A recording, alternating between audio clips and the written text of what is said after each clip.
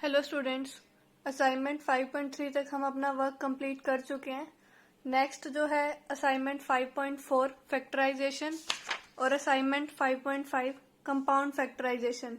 ये आपके सिलेबस में नहीं है, ये आप अपने 9th स्टैंडर्ड में इनको सीखोगे। नेक्स्ट जो है आज हम स्टार्ट कर रहे हैं अपनी असाइनमेंट 5.6। ये क्या है आपका algebraic method of solving linear equation. Linear equation को हम सॉल्व करना सीखेंगे।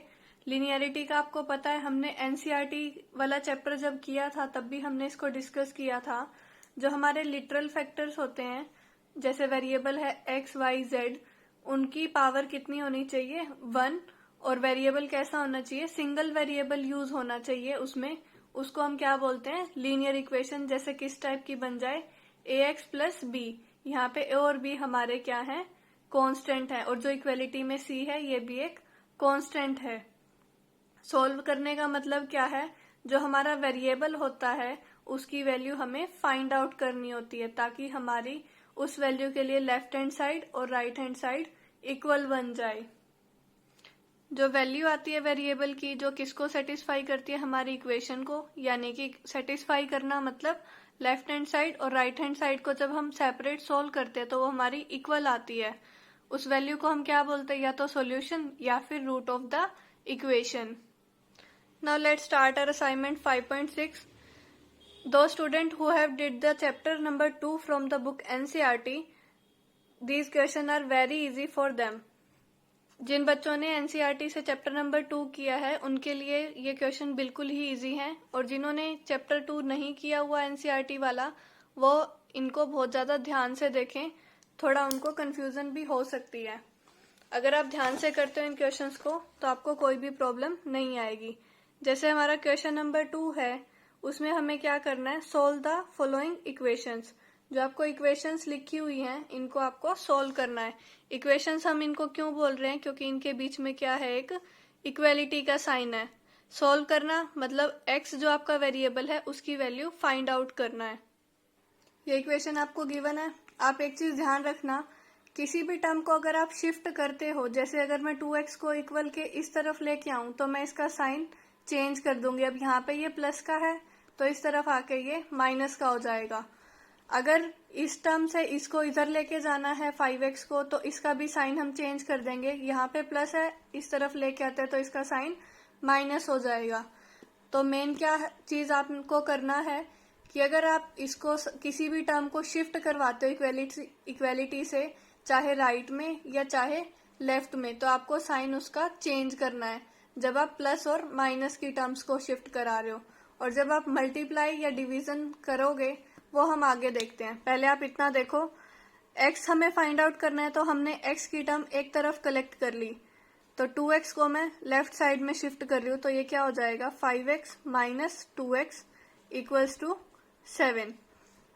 तो 5x में से 2x सब्ट्रैक्ट हुए तो x आप बाहर रख लो, और 5 में से 2 सब्ट्रैक्ट हुए यानी कि 3 इक्वल्स टू 7। तो x की वैल्यू कितनी होगी हमारे पास 7/3। तो ये हमारा क्या हो गया इस इक्वेशन का सॉल्यूशन। अब हम वो चीज देखते हैं जो हमने पहले पढ़ी थी कि लेफ्ट हैंड साइड और राइट हैंड साइड इक्वल कैसे होते हैं। तो लेफ्ट हैंड साइड आपके पास क्या है, इक्वल से लेफ्ट में 5x, तो 5x में x की वैल्यू पुट करके देखते हैं 7/3। तो 5 7 35 और नीचे क्या बचेगा 3। तो हमारे लेफ्ट हैंड साइड तो ये वैल्यू पुट करने के बाद बनती है 35/3। हम राइट साइड को भी चेक कर लेते हैं, 2x प्लस 7 किसके इक्वल हो जाएगी, 2 इंटू 7/3 प्लस 7। तो ये क्या हुआ, 2 7 14/3 प्लस 7। तो अब हम एलसीएम लेंगे 3, यहाँ पे 14 प्लस यहाँ 1 है, तो 3 को जब हम 1 से डिवाइड करेंगे तो हमें क्वेश्चन मिलेगा 3 को हम मल्टीप्लाई कराएंगे 7 के साथ यानी कि 21। ये आपका एलसीएम मेथड है फ्रैक्शन को सोल्व करने का, इसको भी आप जरूर सीख लीजिए, अदरवाइज आपके क्वेश्चन में बहुत सारी मिस्टेक होने वाली है फिर। तो 14 प्लस 21 आपका हुआ 35/3। तो यानी कि जो आपकी x की वैल्यू आपने फाइंड आउट की वो आपकी लेफ्ट हैंड साइड में भी वैल्यू 35 दे रही है 3, और राइट हैंड साइड में भी 35/3। तो इसका मतलब जो हमें सॉल्यूशन मिला वो क्या है, करेक्ट। ऐसे ही आप सभी क्वेश्चंस में फाइंड आउट करोगे और रफ वर्क में अपना कैलकुलेट करके देखोगे कि आपकी वैल्यू सही है या फिर गलत। नेक्स्ट एक और पार्ट देखते हैं हम, part number 3, 2x equal to 12 minus 4x। अब देखो हम x को एक तरफ कलेक्ट कर लेते हैं पहले, 2x यहाँ पे है, जो 4x की टर्म इधर नेगेटिव साइन के साथ थी, जब लेफ्ट में लेके आएंगे इक्वेलिटी से तो वो प्लस की बन जाएगी, तो ये हो गया प्लस 4x इक्वल्स टू 12। 4 + 2 हमारे होते हैं 6, और जो वेरिएबल है उसको हम एज इट इज लिख देंगे, कोफिशिएंट्स को जस्ट ऐड कर लेते हैं। तो ये वैल्यू क्या बनी हमारे पास 6x + 12। जैसे हमने पिछली इक्वेशन में करा था, x के साथ 3 मल्टीप्लाई में था, तो जब हमने इसको राइट हैंड साइड में भेजा तो ये डिवीजन में आ गया था। यहाँ पे भी ऐसे ही करेंगे, x की वैल्यू के लिए 6 इसके साथ मल्टीप्लाई में है, तो राइट हैंड साइड में जाके वो किस में हो जाएगा चेंज, डिवीजन में। तो 6 × 1 = 6, 6 × 2 = 12। तो यानी कि x की वैल्यू हमें क्या मिली, 2। अब हम अपना वेरीफाई भी कर लेते हैं आंसर। लेफ्ट हैंड साइड है हमारी 2x, x की वैल्यू मैंने पुट करी 2, तो 2 × 2 = मेरे को वैल्यू मिली 4। लेफ्ट हैंड साइड तो आई हमारी 4। राइट हैंड साइड है हमारी 12 माइनस 4x, यानी कि 12 - 4 मल्टीप्लाई विद 2, तो ये हुआ 12, और 4 × 2 = आपका होता है 8। जब आप 12 में से 8 को सब्ट्रैक्ट करोगे तो वैल्यू आपको मिलने वाली है 4। तो यानी कि ये वाली वैल्यू भी जो हमने फाइंड की है वो करेक्ट है। अभी तक तो हमारा काम बहुत इजी था, एक ही टर्म को शिफ्ट करते ही हमें वैल्यू x की मिल रही थी। बट यहाँ पे देखो आपकी 2 टर्म्स इकट्ठी आ रही हैं, इनको देखते हैं हम कैसे करते हैं। x की वैल्यू को एक तरफ कर लो और जो आपके कांस्टेंट है उनको एक तरफ कर लो। यहाँ पे 8x है, आप इसको एज इट इज लिखो। 3x को लेफ्ट में लाने के लिए इसका आपको साइन पलटना पड़ेगा, ये प्लस है तो यहाँ आके माइनस का हो जाएगा। इक्वल टू में प्लस का 11, इसको हम एज इट इज 11 लिख लेते हैं। अब जो कांस्टेंट टर्म थी -4, इसको हम राइट हैंड साइड में शिफ्ट करेंगे तो माइनस साइन किससे रिप्लेस हो जाएगा, प्लस के साथ। वैल्यू में कोई चेंज नहीं आएगा, बस माइनस प्लस हो जाएगी अपोजिट साइड जाने के बाद, और प्लस माइनस में चेंज हो जाएगा। अब 8x - 3x क्या वैल्यू देगा आपको, 5x। ये हम कैसे कर रहे हैं, x को बाहर रख रहे हैं, ब्रैकेट लगाते हैं, 8 - 3, 8 - 3 वैल्यू 5, और x एज इट इज। 11 + 4 आपको वैल्यू मिलेगी 15। अब आपको क्या फाइंड आउट करना होता है बाद में, x की वैल्यू। तो आप क्या करोगे, 15, जो टर्म यहाँ पे मल्टीप्लाई में है वो राइट साइड में आके डिवाइड में हो जाएगी। तो डिवाइड में आने के बाद 5 डिवाइड में आएगा, इसको हम कैंसिल करेंगे, 5 × 1 = 5, 3 × 15। तो हमारी x की वैल्यू क्या मिलेगी हमें, 3। आप चाहो तो वेरीफाई करके भी देख सकते हो, 8 × 3 = 24 - 4 20, और 3 × 3 = 9 + 11 भी आपके क्या होते हैं, 20। तो आपकी दोनों वैल्यू वेरीफाई हो रही है, तो इसका मतलब आपकी जो सॉल्यूशन निकला है x की वैल्यू का वो आपका करेक्ट है। एक पार्ट हम नेक्स्ट टाइप है इसकी वो भी देख लेते हैं। 6th पार्ट है आपके पास, 19 - 2x - 3 = 6x + 7 - 5x। तो अब देखो जो आपके कांस्टेंट टर्म है 19 और 3, इसको तो आप लेफ्ट पार्ट में ही सोल्व कर लो। 19 में से 3 सब्ट्रैक्ट करोगे तो वैल्यू मिलेगी 16, और -2x को आप एज इट इज लिख लो। राइट साइड में 6x - 5x, इसको सोल्व करो, जो आपकी लाइक टर्म्स है उनको कलेक्ट करो और सोल्व करो। x को बाहर रखो, 6 - 5 ब्रैकेट में रखो, तो यानी कि 1x। तो यहाँ पे तो आपकी वैल्यू क्या आएगी, x प्लस जो टर्म बच गई कांस्टेंट हमारी जो डिफरेंट थी 7। अब ये काम आपका पिछले क्वेश्चन की तरह हो गया, x को आपको शिफ्ट करना है और कांस्टेंट्स को शिफ्ट करना है। 16 आप यहाँ रखो, 7 जो आपकी कांस्टेंट टर्म थी उसको यहाँ पे लेके आओ, नेगेटिव साइन के साथ आएगी। यहाँ पे आपका x ऑलरेडी था, 2x को राइट साइड में ले जाओगे तो वो वैल्यू क्या हो जाएगी, प्लस की। तो 2x + x मिलके देंगे आपको 3x, और 16 - 7 आपकी वैल्यू आएगी 9। तो x की वैल्यू क्या हो जाएगी यहाँ पे 9, 3 आपका मल्टीप्लाई में था, लेफ्ट साइड में जाके डिवीजन में आ जाएगा। तो 3 × 1 = 3, 3 × 9। देयरफॉर हमें x की वैल्यू क्या मिली, 3। आप इसमें पुट करके वेरीफाई करके भी देख लेना, आपको सेम ही आंसर मिलेगा। तो आपकी ये भी वैल्यू आपने जो निकाली है वो करेक्ट है। जो भी मैंने आपको 4 पार्ट्स कवर कराए हैं उसमें आप हर पॉइंट को ध्यान से सुनिएगा कि किसमें क्या चेंज कर रहे हैं। साइन का भी प्रॉपर ध्यान रखिएगा ताकि आपकी कुछ फर्दर मिस्टेक ना हो। अब आप क्वेश्चन नंबर 2 इजीली कर सकते हो, और इसका 3rd क्वेश्चन का 2nd पार्ट भी बिल्कुल सेम है जैसे मैंने आपको 7th पार्ट एक्सप्लेन किया है। थर्ड के फर्स्ट पार्ट में भी कुछ मुश्किल नहीं है आपके लिए। 11 यहाँ पे प्लस का है, इधर आके वो माइनस का हो जाएगा। फिर आपको एलसीएम मेथड से इसको सॉल्व करना है। 5 आपका यहाँ डिवाइड में है, वो टर्म बाद में जाके मल्टीप्लाई हो जाएगी और आपको x की वैल्यू मिल जाएगी। ये इक्वेशन आपको गिवन है, आपको x की वैल्यू फाइंड आउट करनी है। तो x/5 को आप एक तरफ रखो, जो कांस्टेंट है उसको शिफ्ट करो, प्लस का है तो यहाँ के माइनस का हो जाएगा। आप एलसीएम लो, 15 यहाँ पे 1 माइनस 15 की मल्टीप्लाई आप 11 से कराते हो तो आपको वैल्यू मिलेगी 165। 11 की मल्टीप्लाई आप कराओगे 15 के साथ तो आपको कैलकुलेट करके देखना वैल्यू मिलेगी 165। तो ये आपको जब ऊपर वाला टर्म सोल्व करोगे तो वैल्यू मिलेगी -164/15 और यहाँ पे आपका चल रहा है x/5 लेफ्ट साइड में। अब 5 हमारा यहाँ डिवीजन में है तो राइट साइड में जाके क्या हो जाएगा, मल्टीप्लीकेशन में। तो इसको हमने करा दिया मल्टीप्लाई। अब न्यूमरेटर और डिनोमिनेटर में कुछ कॉमन फैक्टर है तो हम इसको कैंसिल कर लेते हैं। 5 1 एंड 5 3 जा। अब आप देखो क्या ये नंबर 3 से डिविजिबल है? No, this is not divisible by 3 because sum of digits is 11 which is not divisible by 3।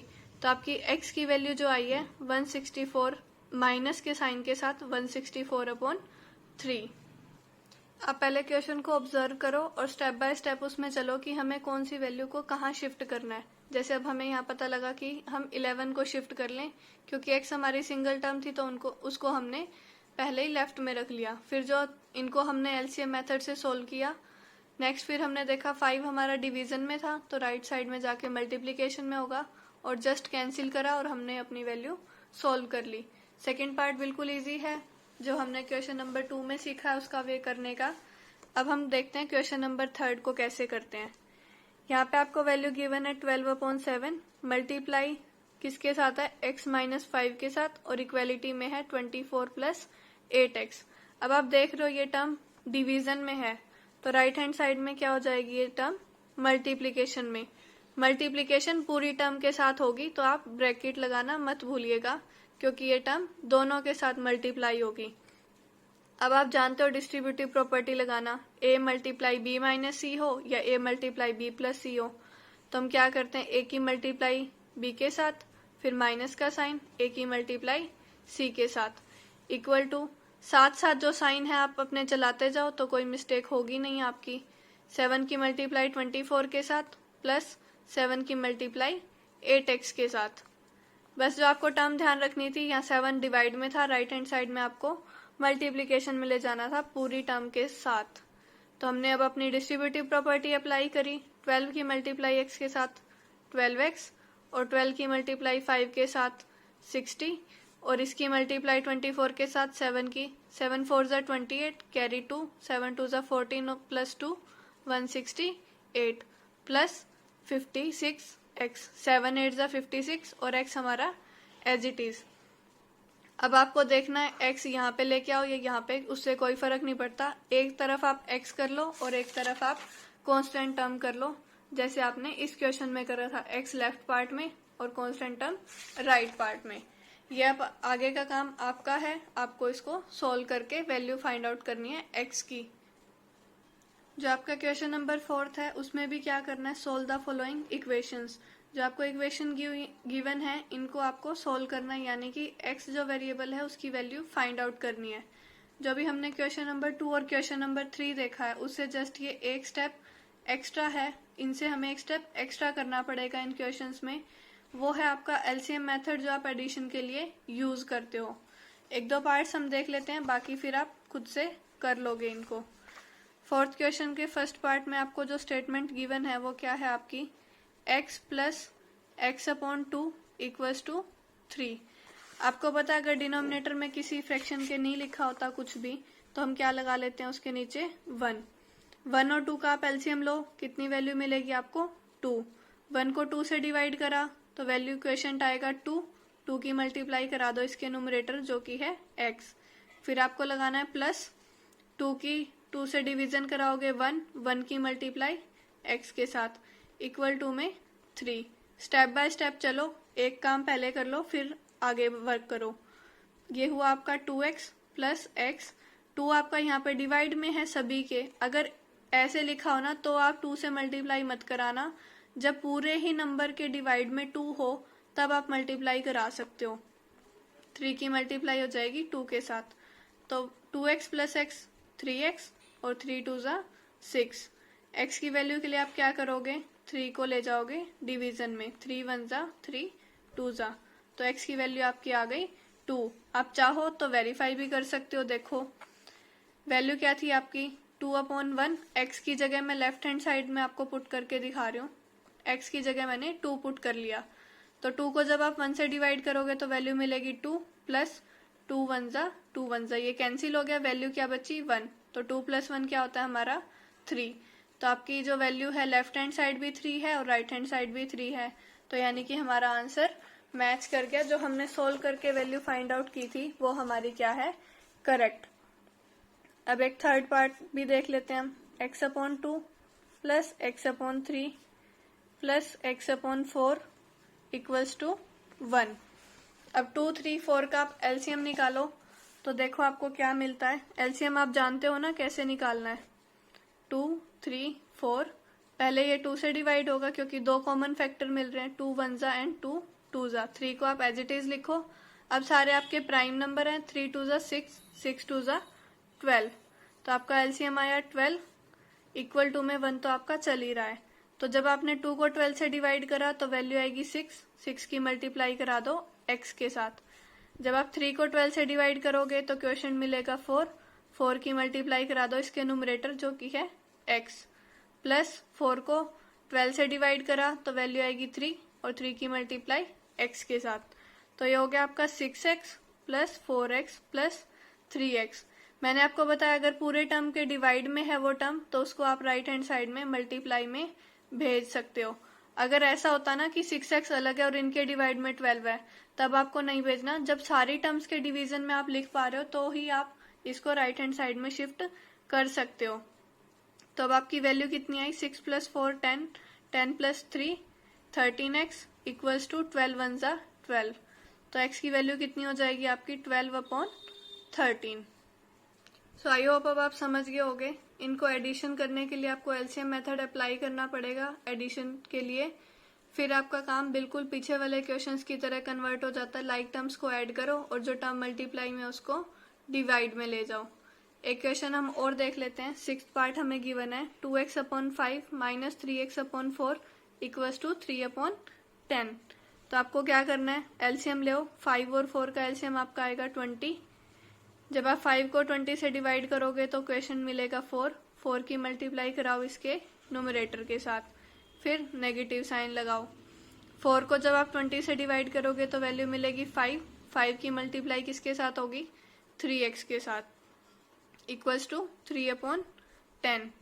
अब आपको नेक्स्ट क्या करना है, इनकी मल्टीप्लीकेशन करा दो और जो 20 आपका पूरी टर्म के डिवाइड में है तो आप इसको राइट हैंड साइड में मल्टीप्लीकेशन के साथ भेज सकते हो। यहाँ आपका 4 2 ज़ा 8x माइनस 5 3 ज़ा 15x, ये वो आपका 10 1 ज़ा 10, 2 ज़ा 3 2 ज़ा आपकी वैल्यू आ गई 6। यहाँ से आपको कितना मिलेगा, 8 में से 15 अगर आप सब्ट्रैक्ट करते हो तो आपको वैल्यू मिलेगी 7, और 7 के साथ कौन सा साइन आएगा जो बड़ी टर्म का होता है, यानी कि -15। 15 का साइन है आपका नेगेटिव, तो आंसर में कौन सा साइन आएगा नेगेटिव, क्योंकि बड़ी वैल्यू है हमारी 15, तो इक्वल टू हुआ -7x। तो x की वैल्यू के लिए आपको मल्टीप्लाई में टर्म क्या दिखाई दे रही है -7, तो आप इसको डिनोमिनेटर में शिफ्ट कर दोगे -7 को, और आप इसको अदर वे में ऐसे भी लिख सकते हो, नेगेटिव साइन को ऊपर शिफ्ट कर सकते हो। फ्रैक्शन मत चेंज कर देना, बस आपको साइन ऊपर शिफ्ट करना है। तो आई होप अब समझ गए होगे आप। एलसीएम लो, जो पहले मल्टीप्लिकेशन सोल्व करो और जो साइन बीच में चल रहा है चलने दो। अगर पूरी टर्म के डिवाइड में है तो नंबर को हम मल्टीप्लाई में भेज सकते हैं और सेम टर्म पे आप कैंसिल करके अपनी एक्स की वैल्यू फाइंड आउट कर लो।